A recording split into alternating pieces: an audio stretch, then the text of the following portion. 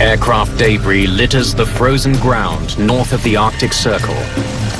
You know this is going to be bad. A 737's just gone down at Resolute Bay. We kind of looked at each other in disbelief. A crash at this latitude is almost always a death sentence. This is my first plane crash. An incredible coincidence gives a handful of survivors a fighting chance. There are survivors. Repeat, there are survivors. To arrive on scene an hour after the accident was just unbelievable. The big question now: what caused one of northern Canada's deadliest air disasters?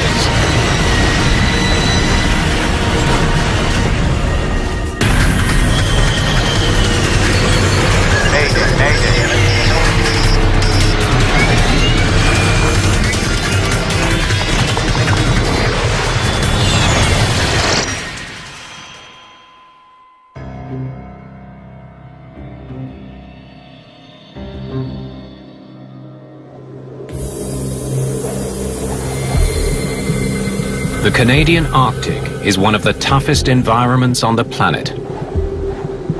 Winters here are brutal, 8 months long, with temperatures plunging to -40 degrees Fahrenheit.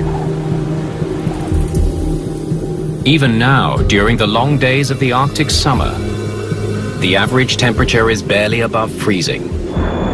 The land is well above the tree line. It's very barren. There's nothing on it. There's no tundra, no plants, it's just sand and rock. There are no roads to this part of the world. Virtually the only way to get here is by air. And when a plane crashes in the Arctic, anyone who survives the impact has next to no hope of a quick rescue. They may face hours or days battling the elements, and they may not make it. It could be quite challenging to actually get to the site, and it could be a matter of 24 hours or longer before you could get response in there. Fortunately, today, no one has to wait that long. All right, guys, exercise over. Everybody come on in. Take a break.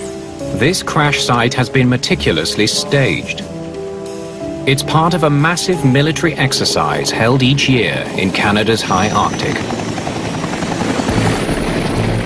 Operation Nanook. This year, it's a simulated mid-air collision. The scenario, there's some lacerations and some bleeding, complete with mock survivors, is designed to help rescuers and air crash investigators prepare for a real aviation catastrophe.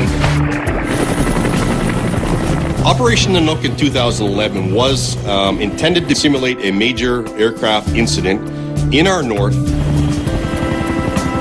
The Canadian forces had the lead in cooperation with our northern partners, the Canadian Coast Guard, local fire rescue personnel. So it's been splinted in place.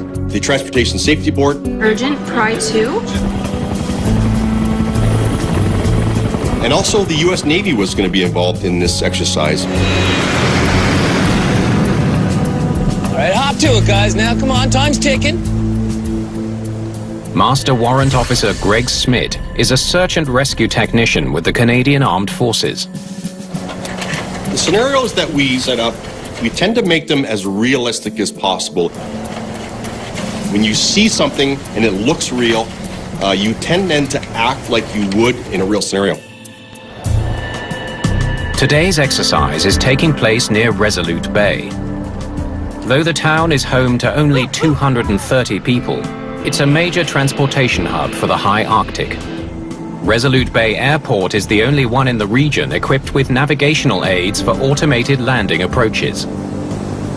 It has an instrument landing system, which is the mainstay of landing systems in all the southern airports. It's what all the major airliners use to land their aircraft. It's very accurate, very precise. Because Nanook is such a massive operation, the armed forces will be handling all air traffic control duties for the airport. Can Force 2 CYRB military, continue your approach. Visibility is 10 miles. One of the planes heading to Resolute Bay is an Air Force C-17. Military and medical staff taking part in Operation Nanook are on board, as well as investigators from Canada's Transportation Safety Board. I see that equipment list again. There's a lot of considerations that have to go into a deployment into a remote part of Canada's north. There's the logistics of actually getting there, and then once you're in location, surviving is part of the issue. You need shelter, you need heat, you need food and water. It's a vital training opportunity for the entire team. If the day comes where we have to use it for real, those exercises, those lessons, their identified lessons learned, will pay out in dividends. CYRB military, this is First Air 6560. There's also a commercial flight approaching Resolute Bay. First Air 6560, go ahead. CYRB military, ETA at Resolute 1643.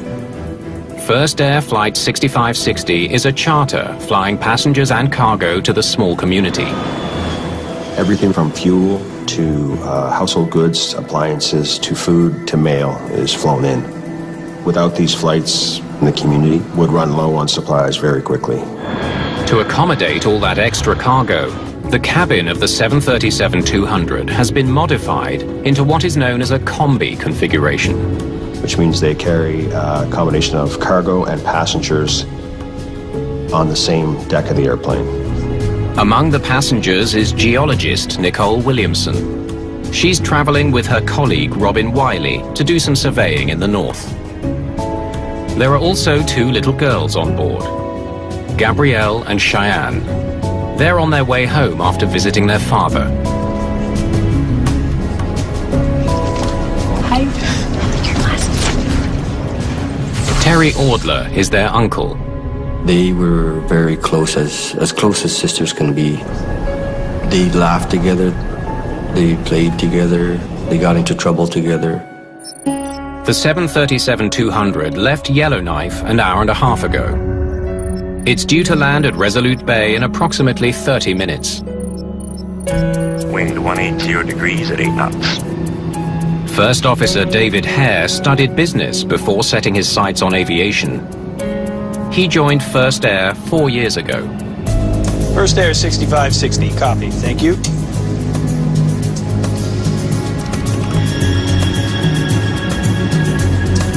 There we go. Captain Blair Rutherford has been with the airline for more than 15 years. Might as well do yours too. Heading 029 degrees. Got it. This close to the magnetic North Pole, pilots need to calibrate their compasses frequently using their GPS. Okay, let's go over the approach. Okay.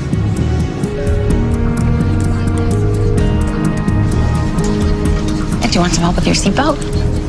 Okay. All right. Yeah, I'm here with you. That's fine. Altitude alert set to 2200. Because of the heavy fog, the crew will be relying on their autopilot during the approach. Checklist complete. Autopilot set. This way, they don't have to worry about lining up with the runway visually. The computer will do all the work until they're ready to touch down.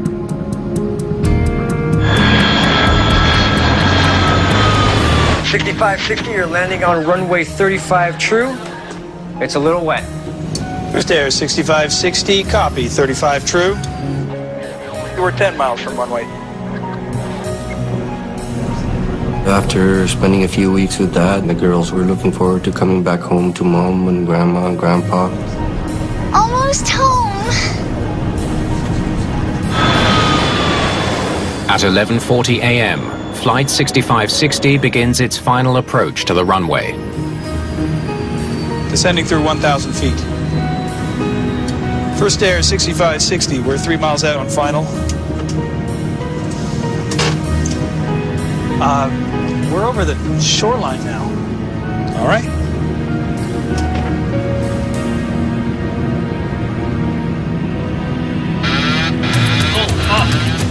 The sound of an urgent alarm fills the cockpit. Go around, go for it. It's the low altitude warning. To the pilots, it seems impossible. They don't even have the runway in sight yet. Go around! Go around thrust. The captain decides to abort the landing, but it may be too late.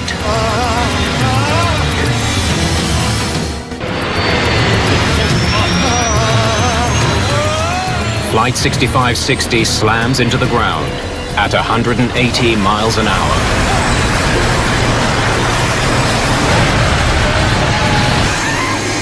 The plane skids across the crest of a hill and bursts into flames.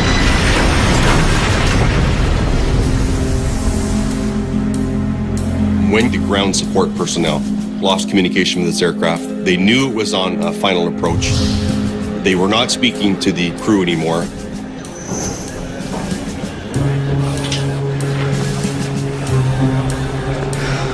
First Air 6560 should be here by now. You gotta be kidding. Try them again. Did people believe that aircraft had crashed? You don't want to because human beings are involved. But it very quickly became a reality that this aircraft had crashed.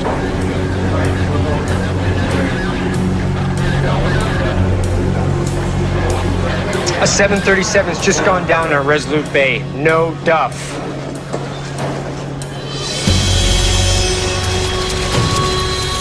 The priority now, get help to any survivors.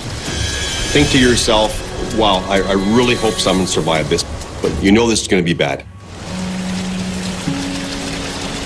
At the crash site, Gabrielle Pelkey sits alone in a nightmare. She found herself with a broken leg, cuts and bruises, and concern for her little sister Cheyenne.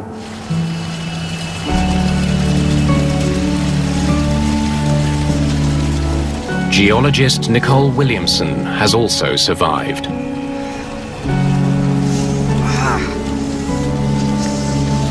Gabrielle!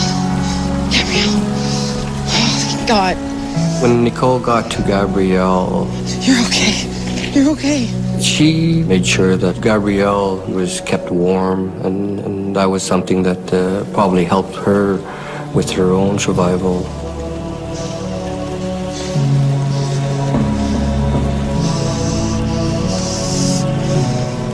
This is my first plane crash.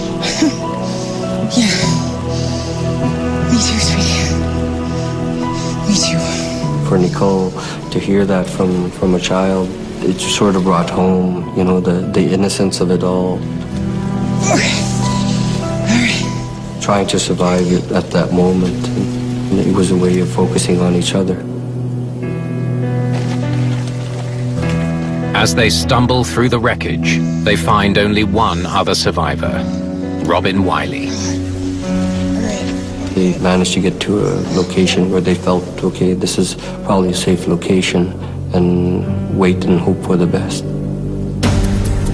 The three survivors are suffering from shock and shivering in near freezing temperatures. If help doesn't arrive soon, they may die from exposure.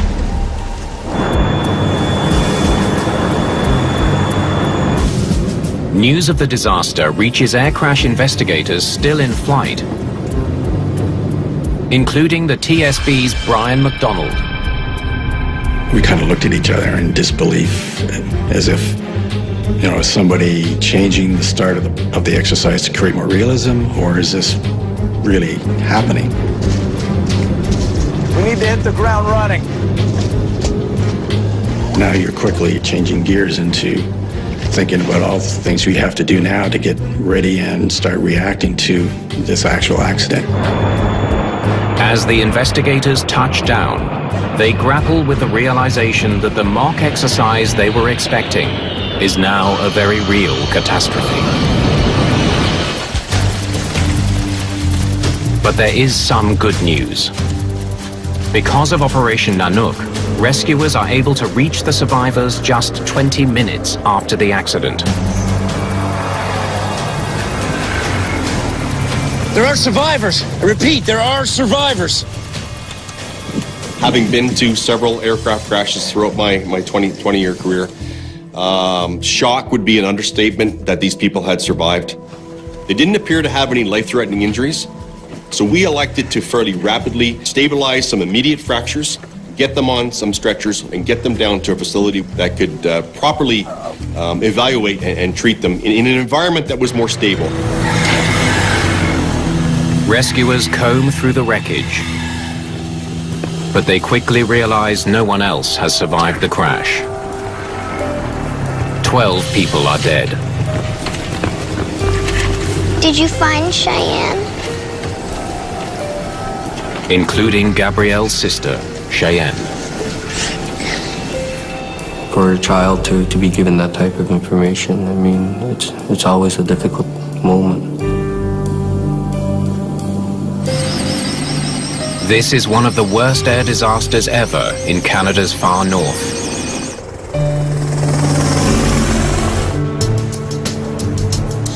Hey, you guys with the TSB? That's what the hat says. Show me what you got. It's up to investigator Brian McDonald and his team to figure out what happened. We're here. They came down here, 2 clicks east. Well, I'd like to get a team up there as soon as possible. And we're going to need a space to work. To arrive with a fully assembled and equipped team on scene within an hour after the accident was just unbelievable.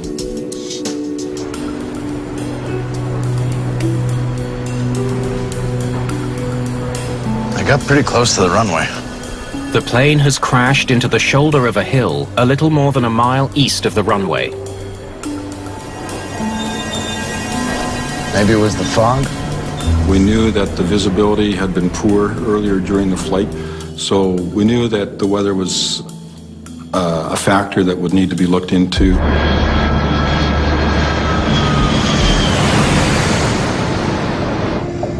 What a surprise.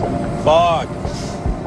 Resolute Bay is often fog-bound, forcing crews to rely on their autopilot and the airport's sophisticated guidance equipment. The Instrument Landing System, or ILS, is technology that can be installed on runways to help planes land in low visibility. The ILS emits a signal known as a localizer beam. It can be picked up by the plane's autopilot, which uses it to navigate the plane safely down to the runway. When you can't see the runway, when you're on approach, you rely on this ILS system to get you to a point where hopefully you can see the runway. Okay, let's go over the approach. Okay. It's not great, but it's nothing that we can't handle. At least we'll be able to do an ILS approach there. If the ILS system at the airport failed, or if the plane's autopilot wasn't able to detect the signal, it could explain the crash. What we do during any investigation is run a process of elimination, where we look at all the possible aspects of the operation and verify that things were working normally. It doesn't take investigators long to figure out that the airport's ILS was working. Another plane used the signal to land just 25 minutes after the crash of Flight 6560. We determined that the system was operating within normal operating parameters. But investigators won't know if the 737's autopilot was detecting the ILS properly until they download the plane's flight data and the cockpit voice recorders. The first responders had found them in the first 12 hours. We were able to get them on an aircraft and down to our laboratory in Ottawa on the following day.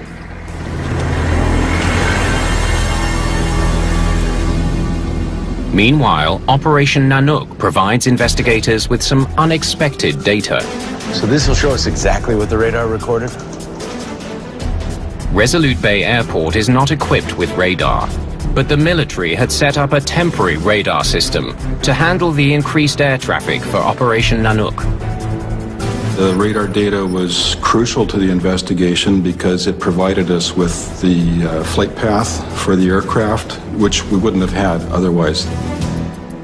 It's a lucky break for investigators. When they watch the playback, they immediately notice something very unusual. Where the hell are they going? The radar shows Flight 6560 was flying parallel to the runway, not lined up with it as it should have been. The question that came to our minds immediately there was why? Why did the aircraft track in that direction? How could a modern airliner, equipped with an autopilot, crash into a hill more than a mile from the runway? A painstaking investigation will uncover a troubling explanation. With the toxic fire fully extinguished, it's now safe for investigators to head to the crash site and get a close-up look at the wreckage. They're searching for any clue that might explain why the plane drifted off course on approach to the runway. We needed to understand, what was happening with the navigation. We needed to understand how did the aircraft get right of track and why did it stay right of track. They begin by charting the location of every single piece of wreckage.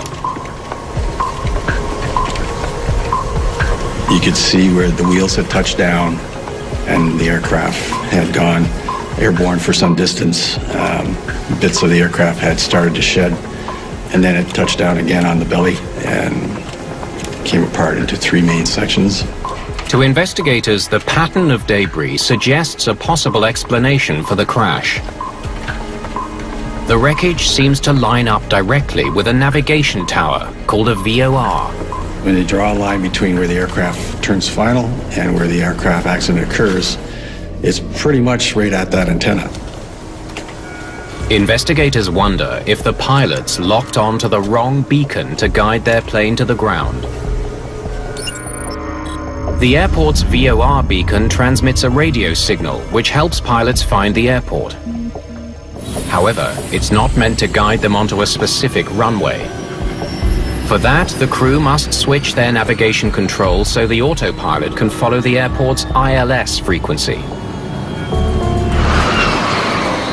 You have an ILS, which has a beam that goes out, and if you stay right on that beam, not left, not right, but right on, it'll take you right to the center of the beginning of the runway. It's not great, but it's nothing that we can't handle. At least we can do an ILS approach there. If the crew programmed their navigation system to follow the VOR signal from the hillside antenna instead of the ILS signal on the runway, it would explain this tragedy. It wouldn't be the first time a pilot made that very mistake. There was a previous occurrence back in the late 1980s involving a Boeing 737, and in that instance they were tracking to a navigational aid very similar to the one located in Resolute Bay, rather than to the approach aid at the runway. If the pilots of Flight 6560 made the same error, the heavy fog would likely have made it impossible to see the hill until it was too late. But is there any way to know for sure if that's what happened?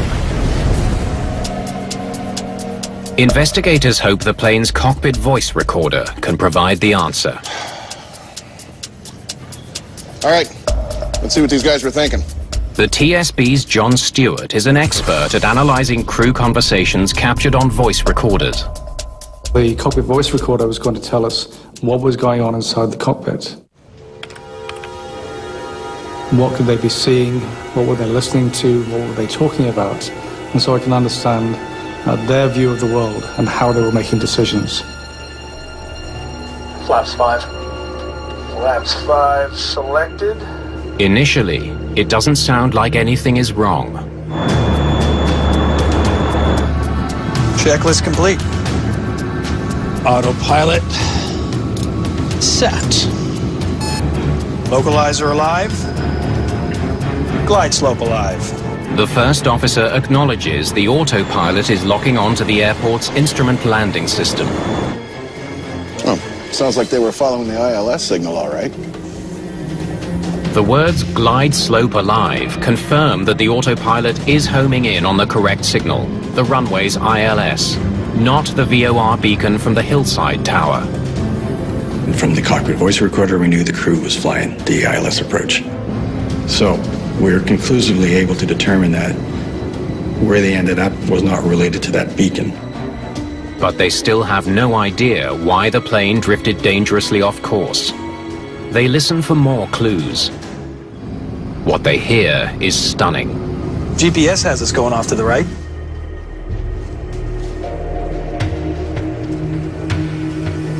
The first officer knew they were off course. We could tell from the conversation that the crew were concerned about the positioning of the aircraft.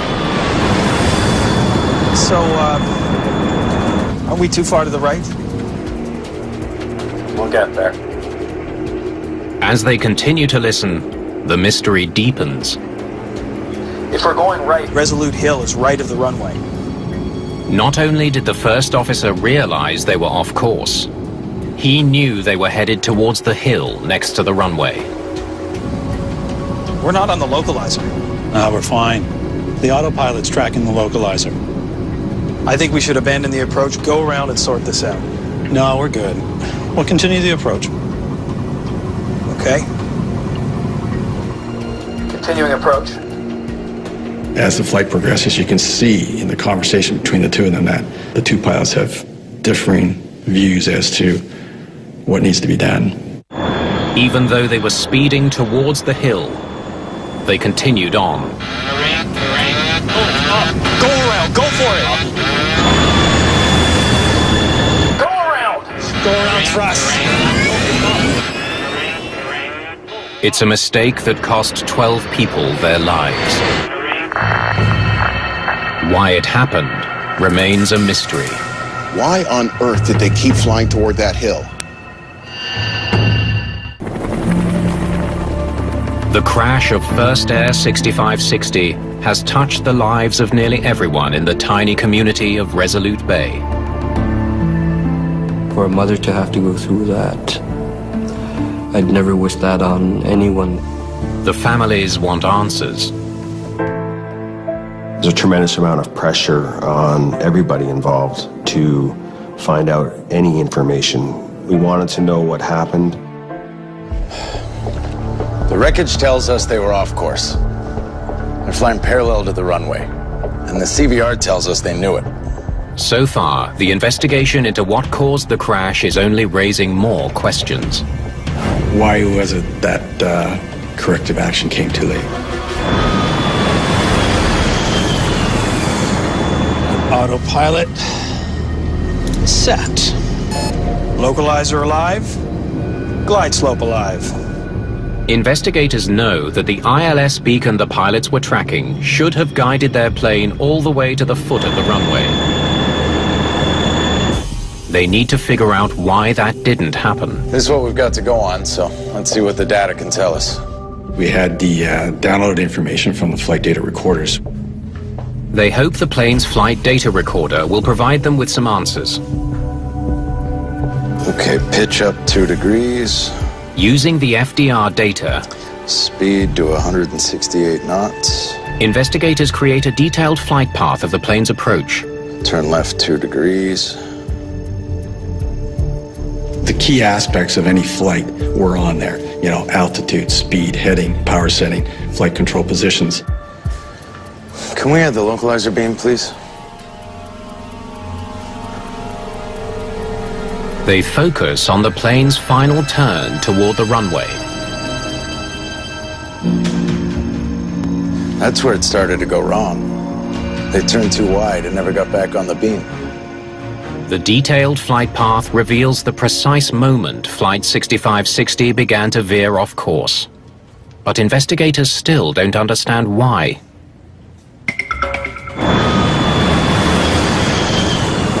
They know the autopilot system was working properly. The flight data recorder indicated that the autopilot was operating throughout the recorded portion of the flight. Autopilot set. To carry out an ILS landing, the crew should have set their autopilot to a mode called VOR Loc. Localizer alive? Which is exactly what they seem to have done. We were struggling with trying to understand, how did the aircraft get off course if it was properly tuned in, switches properly set up, crew is following their processes down to do an ILS approach. Investigators are at a loss to explain how a properly configured, functioning autopilot steered the plane off course. Until they take a closer look at the flight data. Let me just see the control wheel inputs. So the turn started out okay. Nice and smooth through here. Definitely the autopilot in control. We could determine that the turn was initiated by the autopilot.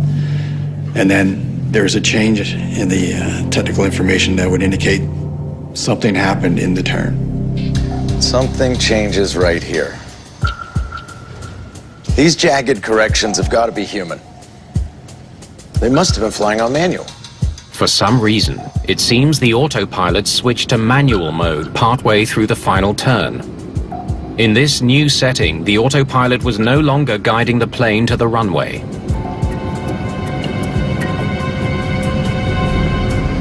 Autopilot systems have built-in capability for pilots to override it. If the aircraft is not reacting quick enough or it's doing something too quickly, then the pilot can, using the control wheel, apply some pressure, override it momentarily. But there's nothing on the CVR to indicate that the captain intended to override his autopilot.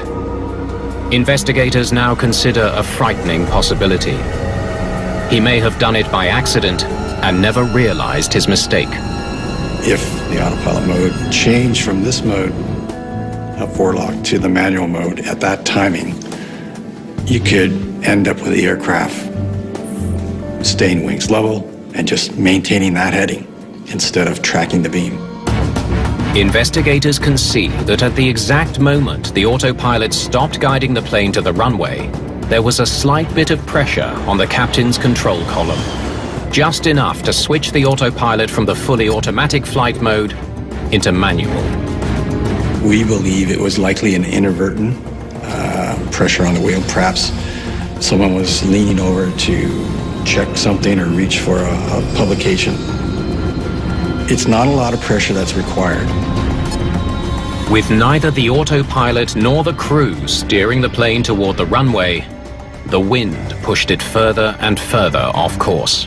The autopilot wasn't locked in any longer to the localizer beam, but was maintaining wings level and that heading. And so the wind did the rest. The finding is another small step towards understanding this accident. The big question now, if the pilots knew they were flying off course. So, aren't we too far to the right? Why didn't they do something about it? We'll get there. The crew was aware that they were off course. The challenge for us was to determine why the captain continued the approach. Descending through 1,000 feet.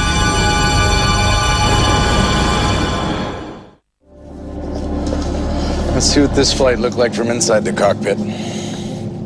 Investigators need to understand why the pilots didn't take corrective action when they saw the plane was going off course. To do that, they need to get inside the pilots' heads.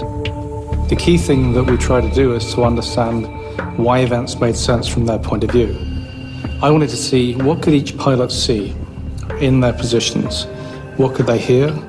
What could they see of dials moving? What are the factors in that cockpit that might have led them to make the decisions they did, over and above what we'd already heard from the CVR? Using the combined information from the FDR and the CVR, investigators recreate the flight, hoping to find their answer. Autopilot set. Localizer alive. Glide slope alive. On track. Autopilot set to VOR low. The pilot's conversation provides an intriguing clue. First air 6560, we're 10 miles from runway 35 true. Gear down. It's clear they were both extremely busy preparing to land. Flight 6560, report 3 miles final. Flaps 15. Please repeat last transmission. Gear down, 3 green. Report 3 miles final. There. So busy, it seems, they failed to notice when the autopilot switched to the manual mode. That's where the autopilot mode switched. There's a lot going on in the cockpit also in the turn at this time. You know, they're lowering landing gear, there's some radio calls, there's flaps coming down. So they're not necessarily looking to see if there's one light in a sea of lights that's no longer lit. And there was no discussion on the CVR that they saw anything related to the autopilot mode. But there were other clear signs that the plane was not lining up with the runway. We're not on track here. We're off to the right a bit. GPS has us going off to the right. Here and here. It's as clear as day they're well off course. Both the GPS and the horizontal indicator were clearly showing the plane was drifting further and further from the runway. Yet the captain did nothing to correct the problem. Okay. What's he thinking? The answer to that critical question is finally revealed by the FDR data. His compass is drifting. He's off by about 17 degrees. An inaccurate compass reading gave Captain Rutherford the impression that his plane was flying back towards the runway. The captain had a perception that they were on a correction course back towards the localizer beam instead of actually what they were doing was paralleling. This far north, a pilot should recalibrate his compass frequently. That's because a compass will always point to the magnetic North Pole, not to the geographic North Pole, two different points on the globe. The further north you travel with the compass, the more inaccurate the compass is. Pilots have to use their GPS to get the true heading and adjust their instruments. There we go. Might as well do yours too. Heading 029 degrees. Investigators only hear the pilots recalibrate their compasses once during the flight, but not on final approach. The two compasses then drifted at different rates as they descended towards Resolute Bay.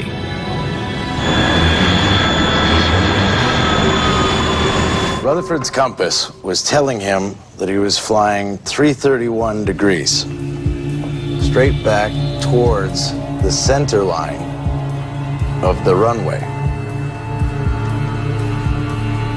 But he was actually flying 348 degrees, straight towards the hill. The inaccurate compass reading likely convinced Captain Rutherford that his autopilot was bringing the plane back on track. Each pilot had a completely different understanding of what was going on. We're not on the localizer. Oh, we're fine. The autopilot's tracking the localizer. Having two pilots that have different perceptions of the situation is problematic. And what you need to do is bring those perceptions back together. And in this instance, that never happened. The first officer kept trying to warn the captain that they were in trouble. I think we should abandon the approach, go around and sort this out. No, we're good. We'll continue the approach. Okay. Continuing approach. As the flight progressed, the gap between each pilot's understanding of the situation widened. Green light, gear down, 3 green. Flaps 40, green light. You can see that things are starting to happen fairly quickly. The workload's starting to pile up. You can hear it happening in their voices. So you think it's fine? Now look, there's nothing to worry about. Same thing just happened to another pilot. We'll get back on the runway. Okay, but we're way off course. When the plane didn't head back to the runway like he thought it would, the captain couldn't understand why. Go around, go for it. By the time the crew decides to abandon the landing, Go around! Go around, thrust. it's too late to get the power they need to climb out of trouble. 2 seconds later, they slam into the hill beside the runway.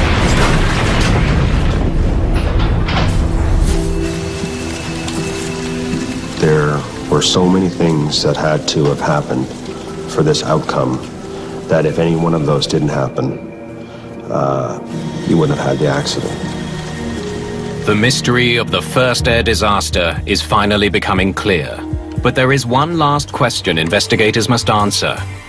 Why didn't the captain listen to the one person who was trying so hard to warn him of the impending danger?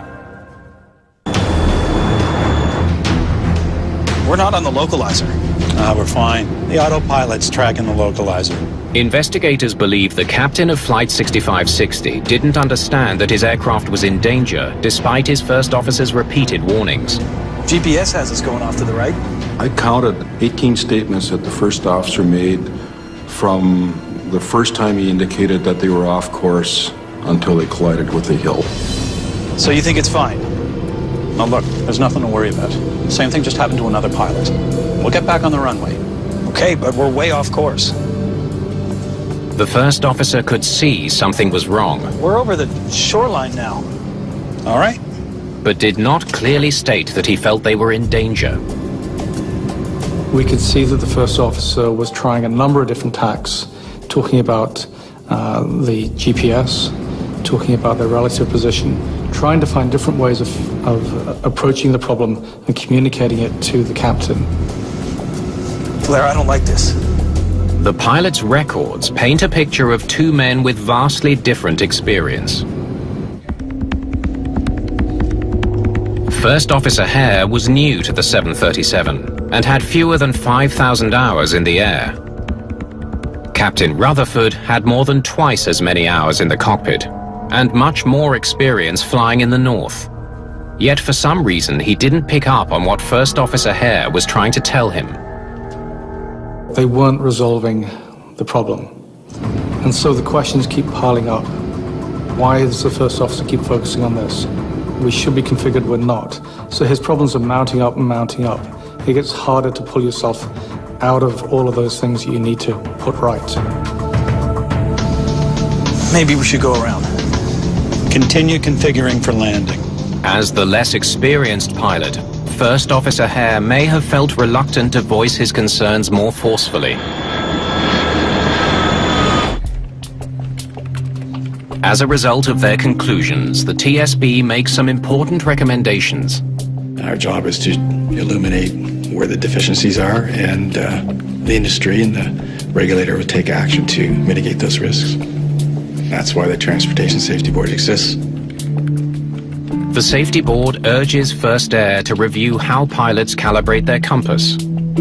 Right. And to institute clear policies on how first officers should take control in dangerous situations.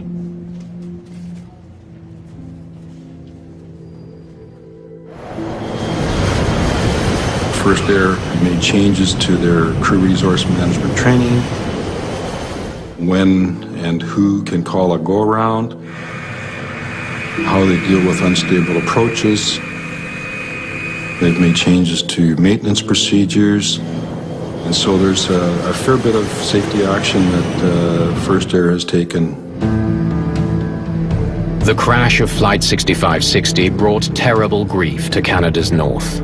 But there is one ray of light that continues to shine. Gabrielle Pelkey returned to school in the autumn of 2011. She's happy-go-lucky. She's still, I'd say, a star in her classroom. Geologist Nicole Williamson has remained close with Gabrielle, building a friendship that is helping the young student rebuild her life. She's coping quite well. She's an amazing little girl. Miracle.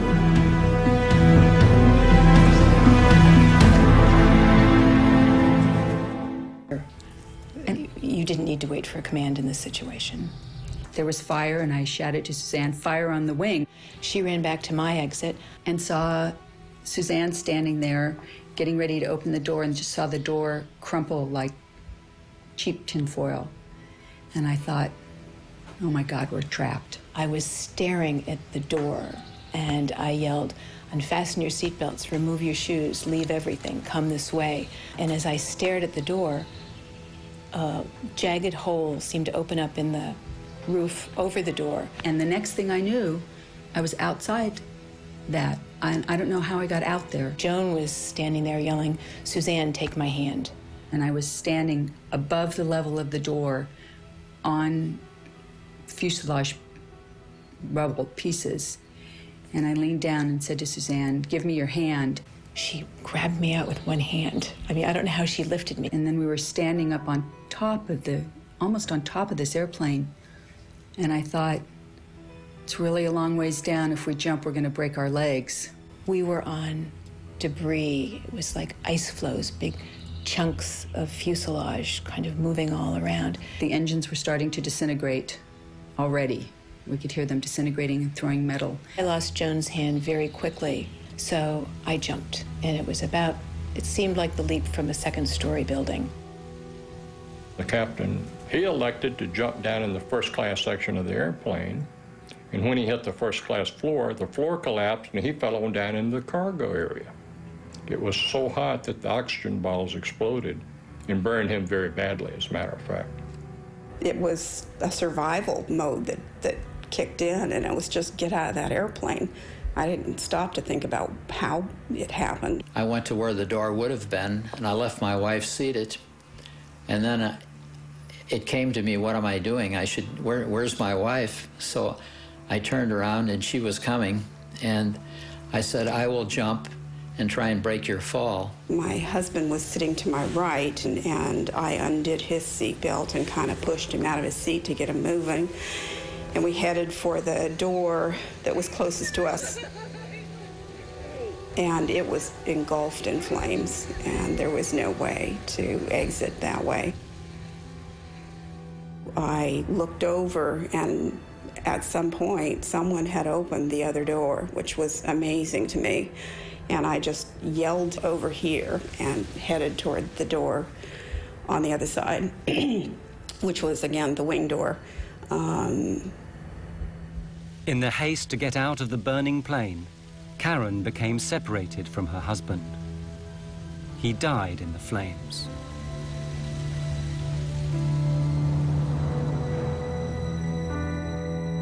I immediately thought it was total destruction.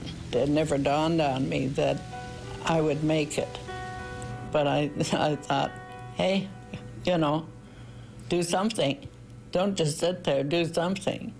I just went over the seat backs, and I'm not that athletic really, but I went over 3 rows of seats. One man was sitting there looking like I need help, but I couldn't help him.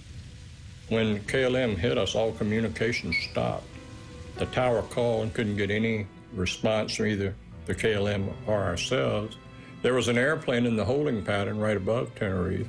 Called the tower and said, I see smoke and wreckage on your runway. Rodeos approach Sterling 105.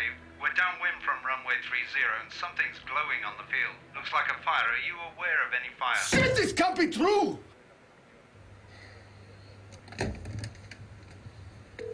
Come on, come on! Come on, come on! He hits the emergency warning. After KLM hit us, he went on down the runway and hit on the runway 1,500 feet down, closer to the tower. So when the fire truck and the ambulance came out, they got to him first. So no one came to us for quite a while. As a matter of fact, I remember thinking, I wonder why somebody hasn't gotten out here to help us.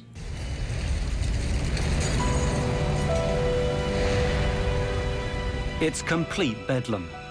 In the fog, the fire trucks don't know where to go. When they eventually find the Dutch plane, it's hopeless. Everyone's dead. And the whole time, they don't realize there's a second plane a short distance away, hidden in the mist, with people waiting to be saved. It's another 20 minutes before the Pan Am plane is discovered. Only 20% of the Pan Am passengers get out alive, and most of them are gathered on the left wing, which has somehow miraculously remained intact.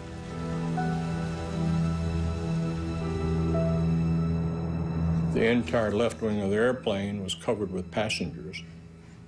And it turned out there were probably 45 to 50 passengers out on that wing. I've never asked anybody how high the wing is from the ground on a 747, but it looks to be a very long ways.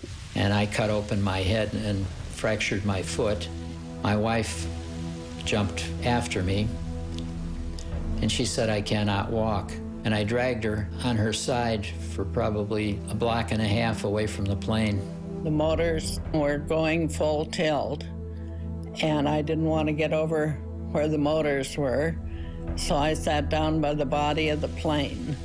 I had no comprehension at that moment that I would be jumping off the wing and In the debris, you knew there were trapped passengers and people, and there was absolutely nothing you could do to help because the airplane was collapsing in on people. Only one door was opened by a crew member, and that was one of the black flight attendants who did that. And she lost her life when the engine disintegrated and debris hit her. And I thought if we could just walk around to the other side of the plane, we would find all of the passengers and our other fellow crew members. Which, of course, wasn't the case. Even 20 minutes after the disaster, the controllers in the tower still have no idea how serious things are. Departing aircraft. All departures are suspended until advised. Hello.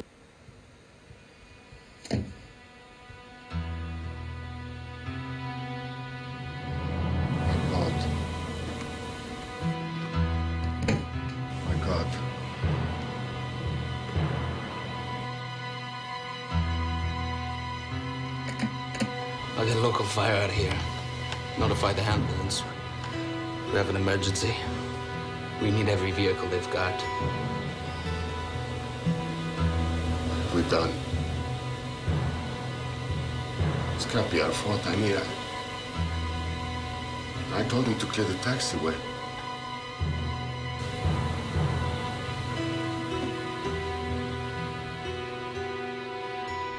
When I got out on the ground, I could hear people screaming and yelling and all.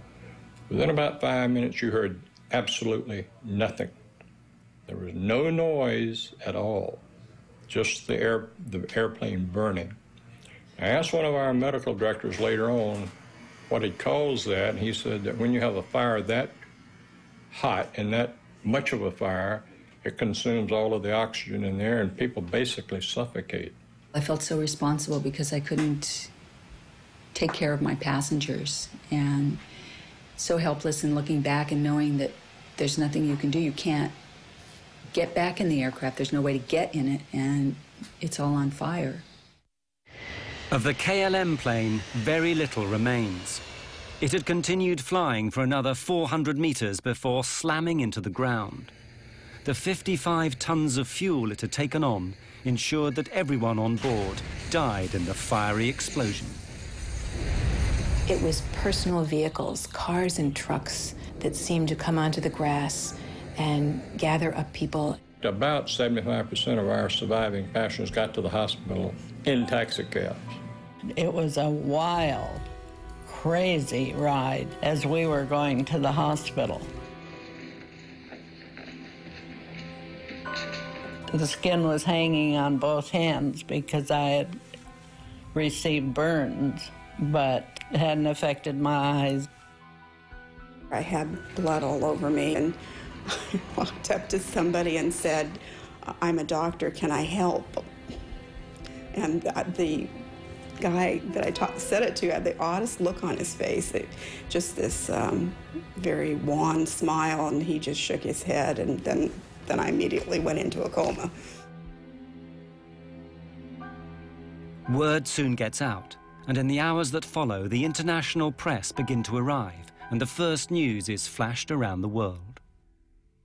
Rescue workers are still going through the wreckage of the two jetliners this morning in the Canary Islands. They're looking for the bodies of victims in this worst accident in aviation history. Two jumbo jetliners, 747s, collided on the ground at the airport at Santa Cruz de Tenerife yesterday morning. One was a Pan Am charter from Los Angeles that picked up more people in New York before flying to the Canaries.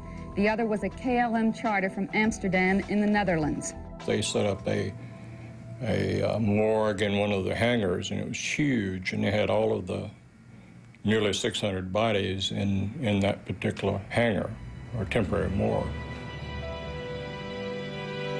The death toll rises to 583 people, nearly twice as big as any previous accident.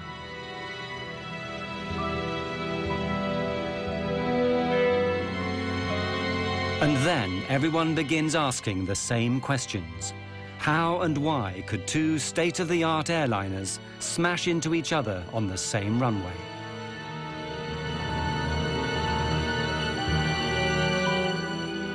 Very soon, a whole army of investigators begins arriving from the three countries involved, Spain, Holland, and the United States. Under the rules that govern this sort of thing, they all have a right to be there, but that doesn't mean they're going to get along.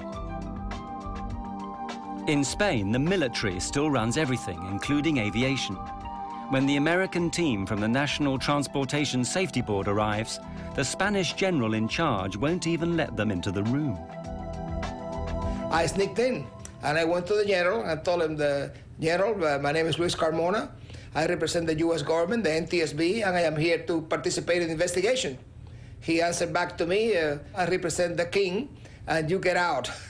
So as I was walking out, he looked at me again, and he said, hey, you don't look American. And I told him, well, yes, I am an American, but I was born in Cuba. And he said, well, so did I. I was also born in Cuba. So he turned around and he asked me questions and asked me to bring my team in, and we started doing the accident investigation then. The investigators discover the chain of coincidences that had led remorselessly to the deaths of 583 people. If any one of them had not occurred, neither would the accident. The first had nothing to do with airplanes. A terrorist bombing perpetrated by a small group fighting for their independence. Their intent was to create publicity for their cause. In that, they certainly succeeded. There are 2 bombs in the terminal. You have 10 minutes to save as many lives as you wish.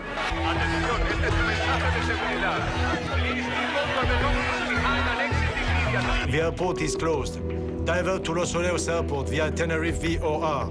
Descent flight level 250. Because of the bomb, all air traffic was rerouted to Los Rodeos Airport on the neighboring island of Tenerife. But it's a small regional airfield with only one runway. A 747 can land there. The runway is long enough, but that's all. The airport is ill-equipped and unable to handle that amount of planes or people. Lima Tango 107, you are clear to descend to flight level 80. Sunset 282, switch to ground now. Contact standby for taxi clearance. KLM 4805, clear to land runway 30. Pan Am 1736. Pan Am 1736, short final. As luck would have it, this tidal wave of traffic happens on a Sunday afternoon when there are just 2 controllers on duty. They're good, but not used to handling as many airplanes as on that day. Big airplanes that need lots of room to park. They are confronted with an enormous jigsaw puzzle. We'll be here all night, you know that, right? Or you can go out there and pave us another runway. Meanwhile, in the KLM cockpit, the stress is mounting. Any idea of how much longer we've got before we need to get other crew down to take over? Yeah, well... KLM had recently introduced new company rules which handed out severe penalties for pilots who exceeded their flying hours. What happens if we go over the civil and company time limits? Well, you get hung out to dry. You lose your license, your career, everything. The KLM plane has to get away before 5:30 that afternoon or abandon the flight. Hundreds of passengers would then have to be found hotels on this small island. A new crew would have to be flown in from Amsterdam. The expense would be enormous. Willem, since we're trapped in here until the passengers get back, we might as well take on some fuel. But that seemingly simple decision seals the fate of everyone aboard the KLM. Refueling not only delays him for half an hour and the Pan Am stuck behind him, it makes the KLM plane so heavy it'll be unable to lift off and clear the Pan Am plane on the runway. The half-hour delay has another effect. During that time, the weather changes abruptly. Los Rodeos is an unusual airport. It's on a plateau high in the hills. Los Rodeos Airport is at 2,000 feet elevation, and the normal clouds in that area, they stay about 2,000 feet. So when the wind blows the clouds over the airport, it closes the airport. The visibility goes to zero. And it goes on and off all the time. Unfortunately, for an airport that's constantly lost in fog, Los Rodeos is ill-equipped to deal with it. It has no ground radar so that controllers can see where the planes are. In fact, the facilities are downright primitive. When he was not, they had a person sitting in a building next to the runway, and he just took a visual measurement of the weather, and that's how the weather was checked. And that's about all. In the fog that day, both aircraft are invisible to the controllers. I lost them. I can't see no visual contact. There are no runway center lights working either. Visibility is on the borderline of what is safe. In fact, as far as the Pan Am crew is concerned, it's below the legal minimum, so no aircraft can take off. Look at it out there. I mean, this cloud just rolled right onto us. I don't think anybody has the minimums now. But the Dutch are working to a different set of rules. The scene is all set for a disaster. What will actually trigger it? The Dutch investigators thought they'd found the reasons. God damn it. Of all the days this has to happen. Just when Spain is going to teach Hungary a lesson in football. The controllers, they say, were listening to the football on the radio. Perhaps their minds weren't on the job. Furthermore, their bad English had confused the pilots. Taxi into the runway. And leave the runway third to your left. Third to the left, okay. Third, he said? 3. Third to your left. I thought he said leave the first. runway third to your left. Third one, sir. 1, 2, 3. Third one. 1, 2. Good, well, that's what we need, right? The third one. Uno, dos, tres. We were listening to the controller talking to the other airplanes. We were listening to the controller giving the ATC clearances, the taxi clearances. And he spoke clear enough English for anyone, I think. So I'd have to say no, I don't think the controller was involved at all. I don't think he had any fault at all in this accident. 1736, just checking that. That's the 45 there. But the Dutch haven't finished yet. Yeah, that's this one here. Yeah, I know. They make an even more controversial claim, one that provokes a blazing row, that the Pan Am plane had caused the accident by being on the runway when it shouldn't have been. They hadn't followed orders to turn off. Okay, for sure. Maybe he counts these as 3. Oh, I like this. They were going to taxiway 4. He was instructed to go on 3, but he had to go 4 because taxiway number 4 was the one that had 45 degrees, and it was easy for the 747 to access it. We said, confirm which taxiway you want to take, and he says, the third on your left, 1, 2, 3, the third on your left. And here again, I still believe this. I think he had seen us go by the first one, and when he says count 3 more taxiways, the third, 1, 2, 3, we were doing exactly what we thought he meant for us to do, and I still think that's what he meant for us to do. It was the logical taxiway to take. Whether they should have taken the 3rd or 4th exit became largely irrelevant anyway, because it became clear that Captain Van Zanten had made one of the most elementary mistakes a pilot can make. He'd taken off without permission. We have 700 meters visibility here now. Wait a minute. We don't have ATC clearance. I know that. Go ahead, ask. KLM 4805 is now ready for takeoff. We're waiting for ATC clearance. KLM 4805, you're clear to the Papa Beacon. The KLM is given its ATC clearance, which is simply the route it must follow after takeoff. Now, it must wait for permission to take off. 325 radial at Las Palmas VOR. Roger, sir. We're cleared to the Papa Beacon, flight level 90. Right turn out 040 until intercepting the 325. We're going. But why didn't his crew stop him? It's very difficult for a co-pilot or a flight engineer to tell the captain, hey, look, you missed something. Tenerife exposed a problem that had long existed in commercial air travel. The pilot was regarded, and often regarded himself, as God. The captain He's always right. He's never wrong. No junior officer was ever going to contradict the airline's top pilot, the man who'd given him his license. Panam 1736, report. Runway cleared.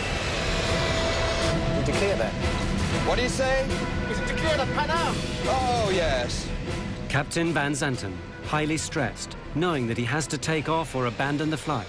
His crew, aware that he's done wrong but frightened to tell him. Disaster is now inevitable. God damn.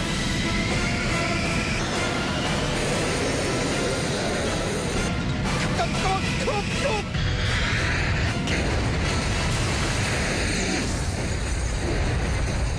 The official report is written by Spain. It blames the accident on Captain Van Zanten's decision to take off without permission. The Dutch refuse to accept it. They publish their own report, blaming language difficulties and the general confusion at Los Rodeos. What I learned from the Tenerife accident is that regardless of how well qualified, experienced, professional, and exact professional you are, okay, accidents, as long as human beings are involved, accidents can always take place. The insurers pay out a record sum, $2 billion in today's money. As for the survivors, the images of the 27th of March will always be with them. They've just learned to live with them, that's all. And whenever I have friends that travel, I tell them, make sure you know where your exit is, make sure you read all that stuff, know how to get out of the airplane. I mean, those are important things. I never had nightmares. I had only dreams about being helpless and being at an airport behind a big, thick window and watching an airplane take off and knowing that it was going to crash and wanting to shout out, but there's this big, thick glass window.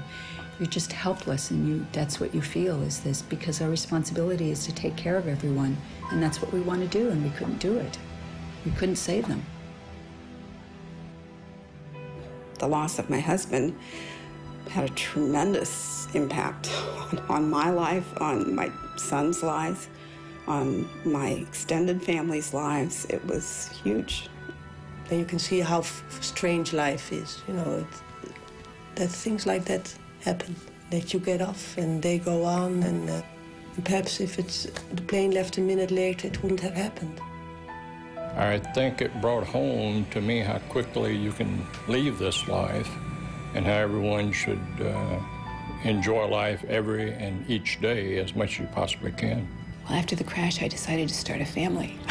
I thought maybe I will stay home and have children. I thought, you know, my friends have died, and if I let myself sit in this little apartment, it's going to be as if I'm curled up and died, and that's not fair to them. I can honor them best by living a life, a full life, and not being afraid. I am blessed because I do not have any horror left over from the accident. I felt ashamed the first while. And a long time I thought, you know, I wish I died, because I felt very bad. I was scared for quite a while after the crash, but I knew if I flew with Joan, she would pull me out again. I had to quit the NTSB. I didn't retire. I felt so bad that I became ill. I had to go to a doctor and get some medication because I got sick. I went back to Tenerife, my wife and I had a driver take me out to the airport and show me the runway, and I looked at it all. I did it all over again. And then I went back and took the Golden Odyssey steamship from the Royal Cruise Line to sort of complete the situation which I had missed.